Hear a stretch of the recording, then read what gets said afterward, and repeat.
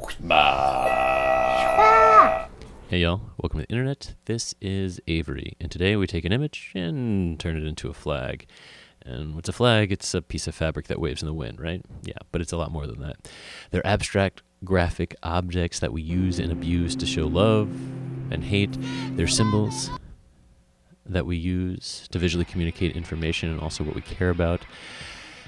We use them to represent community, but also to define community, and thus the limits of inclusion. So they're graphical and abstract, emotional, and inherently problematic, but mostly they're just effing pieces of colorful fabric that a lot of us care way too much about. But that makes sense, because things mean things in a visual world, you know? Anyway, you can make pretty much anything a flag in Blender. Heck, you can make pretty much anything in Blender, because it's a wizard weapon for the extraction and manifestation of those precious little resources of our make-believes, thoughts. But anyway, no, too much. Let's get started. So first, we're going to be in Illustrator, or whatever program that you're using to make an image. So here I have an image. I need to make this image a JPEG. So what I'll do is File, Export, Export As. A window pops up. I'm on a Windows, you might be on a Mac. All you need to do is make sure that you're rocking with a JPEG. PNGs work, but I prefer JPEG. Here I'm going to make sure I use my artboards. Check if it's on a certain artboard that you need to extract, then make sure that you set a range. But mine is here, so this is a flag, is what I will call it, but you call it whatever you need to. I'll put it in my desktop, and I'll hit export. And now I set this. I want to set my, resolution to 300, please. CMYK is fine. Actually, I'm going to change it to RGB just because I can. The quality is 10. That's great. Cool. Should we go? Let's go. All right, now here we are in Blender. This will be the splash screen. We're just going to use the default thing, the default setup for the general in Blender. You know what I'm saying? What's it called? New general. Yeah. Make sure your default cube is selected, and the first thing we're going to do is just destroy that. So you can hit, when you're in the 3D viewport, hit X on your keyboard and delete. And you can see here that I've got the keystroke indicator there. Before we import our image, the thing we need to do in Blender is activate an add-on. So if you go to Edit, Preferences, might be different in the menu system in the Mac, but you want to get to Preferences. In the Preference pop-up window, you want to have add-ons selected. Come here in the search, just start typing an image, and this will pop up. Import, export, image as import images as planes. You want to check that on. That's really important for getting an image in, or the most streamlined process for getting an image in. And then you just click out of it. You don't have to hit save or anything. So now in our 3D viewport, we can go Shift A, image right here, Shift A to image, go to images, planes. And then we navigate to find our image. So where did I put mine? Oh, come on, Avery. Desktop. This is a flag. Great. 1.5 megabytes is fine. Well, I think we'll set this to Y negative, if you can see right there. A principled shader is great. Most of this is default, and X plus is probably default too. Let's set it to Y negative, and then you just import image as plane. Y'all, I forgot one thing. Super important. This is like totally out of order, but come to File, External Data. I clicked it off. This is super important. Automatically pack resources. That means the JPEG that you exported out of Illustrator into Blender will be part of the Blender file. Otherwise, if you open up this Blender file on another computer, it will not have the directory to that file, that JPEG. So automatically pack resources. So just make sure that is selected. You're welcome. And I'm sort of scrolling it in and out here so you can see. But yeah, where's my image, right? We definitely have the outline, or like the shape seems right, because we exported a square image into Blender, or out of Illustrator and imported it into Blender. We just need to change our shading. So right now we're in the solid viewport shading. If you come up here, see where my cursor is, and then let's just switch that to rendered. Boom. There's my image. It all looks great. Let's click the camera view to see what we're looking at. Cool. So we'll adjust that in a second, but that's what you need to do to look at camera. So far so good. Let's come in here, getting out of camera view, and we're going to make some adjustments to our image. So make sure it's selected. Hit Tab on your keyboard, and when you hit Tab, you go from Object Mode to Edit Mode. And in Edit Mode, you can see by default, it will have everything, the 4 vertices that make up this plane selected. But that's not enough information for the physics simulation that we want to do. We want to turn this piece of paper, virtual paper, into a flag. So we need to add information. We need to add vertices. We need to add geometry. So in Edit Mode, with everything selected, right-click, click on Subdivide. And before you click anything else, come down here to this area right here, click on that. That'll pop up, and then you can set the number of cuts. Well, I'm going to do 30 cuts. So that's a lot more vertices, as you can see there, but we need that information to have our flag look smooth. Before we leave the edit mode, come here, and we can hit enter or return to confirm the 30 cuts, and we're done with that. It'll go away the second I click. So let's choose 2 vertices, and that'll be essentially like where our flag is tied to the flagpole. So this is, to taste for you all. If you want your flagpole to be horizontal, then maybe you select that vertices or that vertex and this vertex. Anything you want. I'm going to go fairly standard here. I'm going to select this vertex and Shift select that vertex, and now I have those 2 selected, and I'm going to create a group. So if you hit Control or Command G, it pops up with Assign to New Group. I'm on a Windows, so I hit Control. You'll be on a Mac, so you hit Command G, and then Assign New Group. And we can look at that group if we come right here to this little upside down triangle, and you can see I have a group. If you want to rename this group, you can. You can call it a flag pin. Because I called it a pin because you'll see what we're going to do in a second. We're going to assign a pin group. So let's tab out of this. Boop.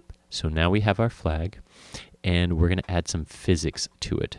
So physics, nope, particle properties, right here. This one, can you see it right there? A little it's like the moon. It's like a satellite going around. Anyway. Click on that. We're going to click cloth because we want a cloth flag. Let's leave all of this default. You can play with this if you want. I'll show you right here. If you click right there in this kind of like, what would you call that? 3 sideways exclamation points. If you click there, you can see there's some default or like preloaded settings. So you can have cotton, denim, leather, rubber, silk. Sweet. If you want to do that, you can see these. This information will change. These ranges will change.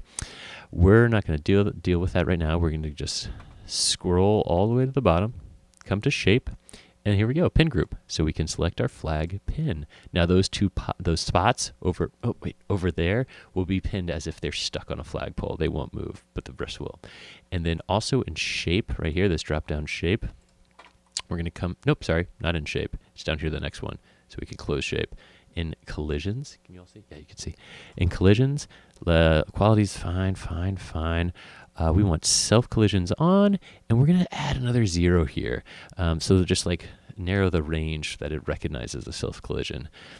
It's all kind of computer magic, but we're going to go with it because I know it looks good. So now we can activate our physics. We can just do it right now. I'm going to hit play, which is spacebar. And it looks pretty good, but it could look better. So there are a couple things that we're going to do. I'll go back there. So do you see me click that? This is in the way right now. Right there is to jump to the first frame, right? Endpoint, the first endpoint. This right here is to hit play. I could also hit spacebar, right? That hits play. And spacebar, come on, stops it. And then go back. So this is the initial view. We are going to make sure our flag, now it's a flag, y'all, it's a flag. It's not an image anymore, it's a flag, is selected. We're going to come here to our modifier properties, and you can see the physics tab is actually a modifier. What we want to do is add subdivision surface. That is, again, using some computer magic to add information to the, well, you'll just see. I can't, here, watch. So notice I'll toggle this on and off by just clicking this button. When I toggle it on, you can see it kind of curls out the corners. That's because it's actually adding what is essentially more geometry. So now when I hit play, do you see it's a better looking flag? Let me turn it off. See that? Turn it back on. You get it. So it's adding like a procedural geometry to it, which takes up less computer space and makes our lives easier when we're rendering and viewing this live-ish. So now let's go back here. One other thing that we can make it look a little bit slicker when it falls is to right-click on our object, our flag, and then hit Shade Smooth. So now it is not showing the kind of like faceted sides of the flag. It is sort of smoothing out all the information, if that makes sense. If it doesn't, don't worry about it. Just do it. You know what I'm saying? Okay. Do you want to save? We should probably save. Control or Command S to save. Do it, y'all. Save it right now. I'm just going to type in flag, and I'm going to just put it in my desktop for now, just so you know where it is. We don't need to know where it is. Anyway, here we go. Let's keep moving on. So now we have the beginnings of a physics-driven animation.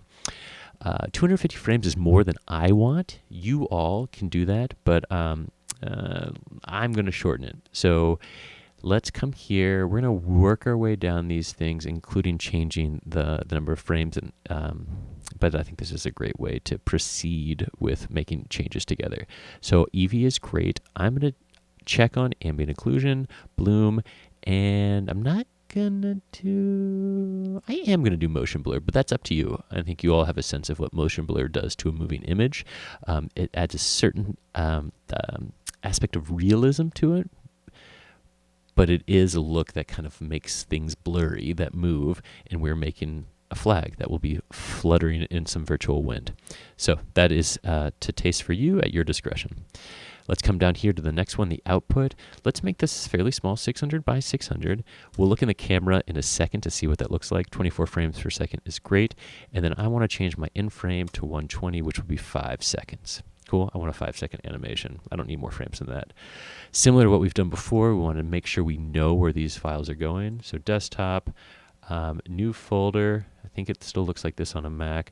I'll say flag, JPEGs. You can call it whatever you want. So now I have a folder where I know all my render files will go. Double click in it, and I'll call it whatever I want, flag, and then underscore, right? Because we'll be counting up chronologically or whatever, sequentially. So we want that underscore, so it's flag underscore 001, 002, you get it. PNG, what's it gonna be? I'm just gonna change mine to a JPEG. You can change that as you see fit too. And then let's come down to color. Is it there? No, it's here. Yes, okay. I need you to come with me. We'll bop up one more.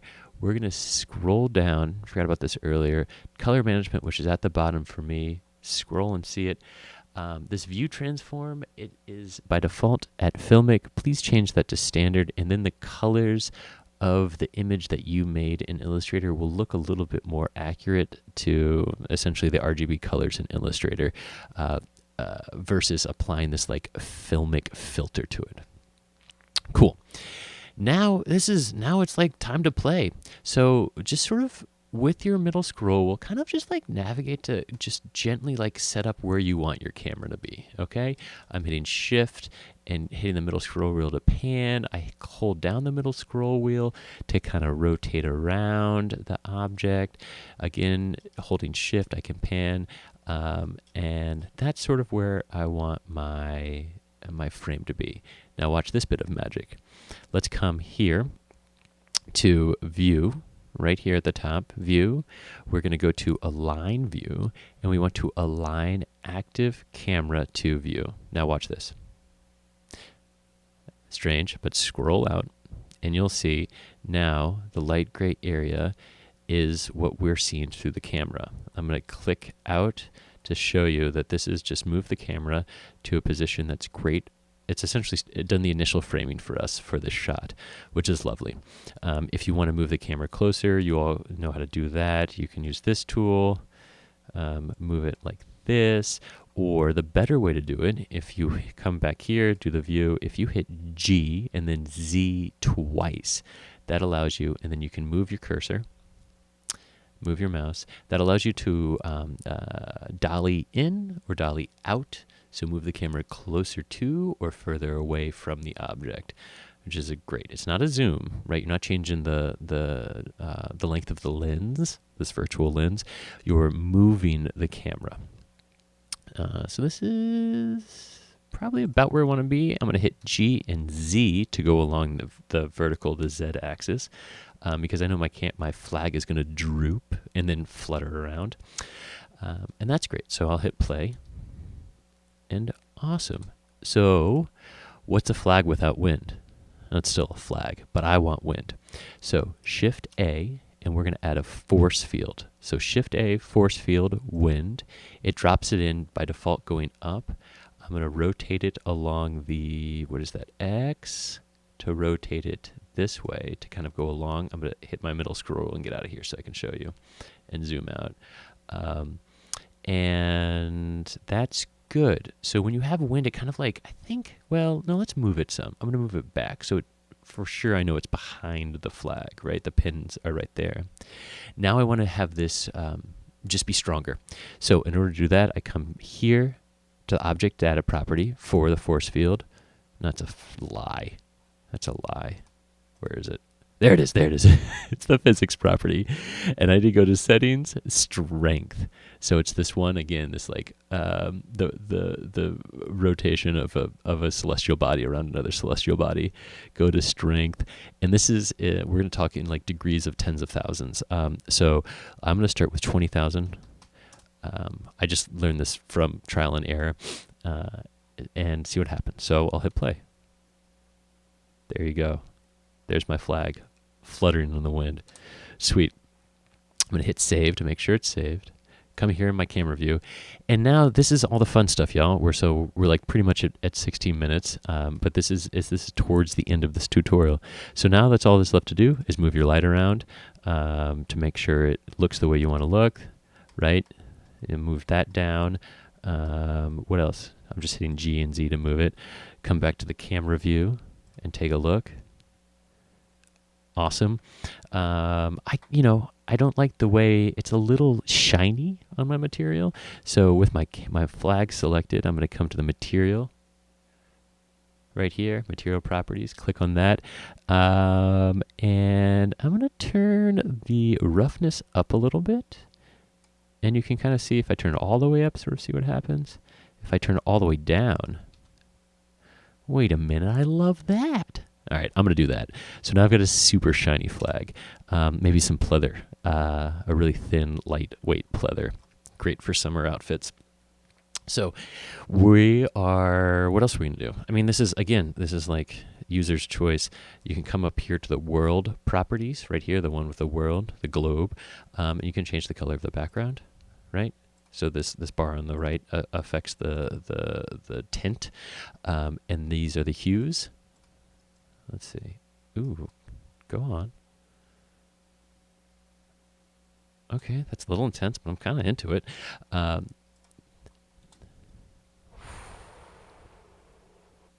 then you go. There's a loop. You know, it's not going to loop perfectly, but it is. It's our flag. I want to go a little lower here. Again, this is all your choice. I'm going to stop. Maybe I've already sped this up, but this is it. Hit save. Now I can hit render animation, right? And we. So now in Photoshop, this is easy. You've done this before. File, open, navigate to where they are. So mine was desktop. It was flags. Make sure you select select the first one. Sorry, select the first one. Again, this will look a little bit different on a Mac.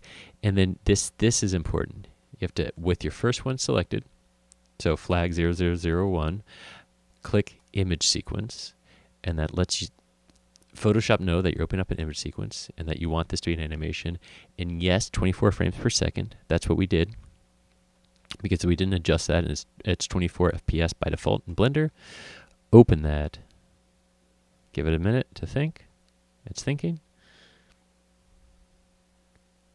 Did I hit cancel? No, I hit open. Okay, cool. And if you don't see this window down here, just remember window, it's timeline. So open up timeline, which then, come on, I don't want to get out of here. Then allows you to hit the space bar to play. And then there's your flag. And again, you can do multiple flags. You can do whatever you want. It's all up to you. But file, export, save for web legacy. File, export, save for web legacy. This will pop up. And then you have some options here. Let's see what 120 frames, 600 by 600 pixels does for us. 6 megabytes. You can see, it's like GIF distortion, but we got to embrace that because that's just what it's going to do. That's the nature of it. So save. I'll save it on the desktop. Flag GIF. Wait, what? Save. It's saving, it's saving, it's saving. Let me open this jam and then we're done. That's it. That's everything. No, I'm just playing. All right. See you later. It's fun making a flag with you. Hang in there. Don't give up. Hopefully you've made it to the end. I don't have anything else to say. Do you want to sing a national anthem for this? Should we make up an anthem? Oh, Avery. No, I can't do that. I'm done.